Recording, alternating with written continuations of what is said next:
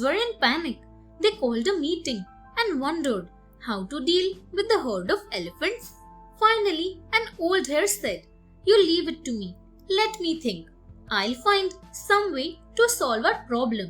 The hares were puzzled how the old one was going to find a solution, but they had faith in him, and so they left it to him. The old one sat and thought for a while. The elephant is a huge creature. I am only a tiny hare. He will listen only to someone bigger and more important than he. So I must appear bigger and be more important. Having decided this, the old hare climbed on top of a hill one night. He called out to King Elephant, "Sir, I am a messenger from Lord Moon," he said. The elephant bowed to him and asked him what Lord Moon's message was. Lord Moon's messenger. "Lord Moon is very angry, sir," said the old hare. "You have entered his lake and killed the hares. They are the guardians of his lake." This worried King Elephant, who replied, "It was done by mistake, sir. We are very sorry, but we only wanted to drink water and crushed the hares without intending to. What shall we do now?" The old hare said, "You must come to the lake. You will see Lord Moon trembling with rage.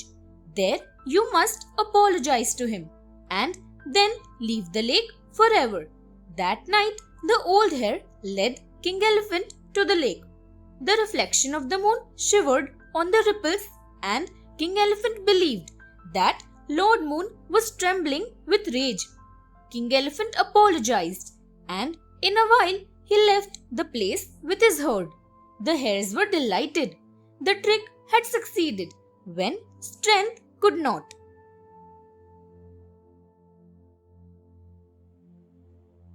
Longbill's challenge. Longbill told his king that he challenged the soldiers of Jambudweep, telling them that Silver Plume was the greatest king in the world. The angry soldiers took him to their king Jewel Plume and presented him as a wicked crane who was criticizing their country and king. Longbill said he was from Karpura Dweepa. A vulture sitting nearby asked him who the prime minister in that kingdom was.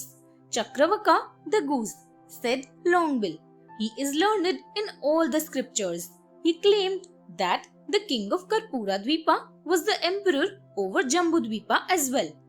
This was disputed, and King Jewel Plume said the matter would be decided through a war. "Tell your king to prepare for war," said Jewel Plume. So Longbill asked him to send his messenger to his master along with him to carry the message of war. The Parrots Argument. King Jewel Plume appointed a parrot to go with Longbill to Karpura Dweepa as his messenger. But the parrot objected. "Sir, I will go," said the parrot, "but not with this wicked crane. It is said that bad things will happen even to good people if we accompany an evil person." The king was not sure if there was any sense in what the parrot said, so he asked him to explain. "Sir, we should not stay with or go along with wicked people," explained the parrot. "It is like the story of the heron who stayed with a crow and a quail who went with a crow. Both were killed, and all because of their association with the wicked crow. Tell us the story," ordered King Jewel Plume. So the parrot told them the stories of the heron, the quail, and the crow. Thanks for watching. Do like, share, subscribe to Sahil Book House.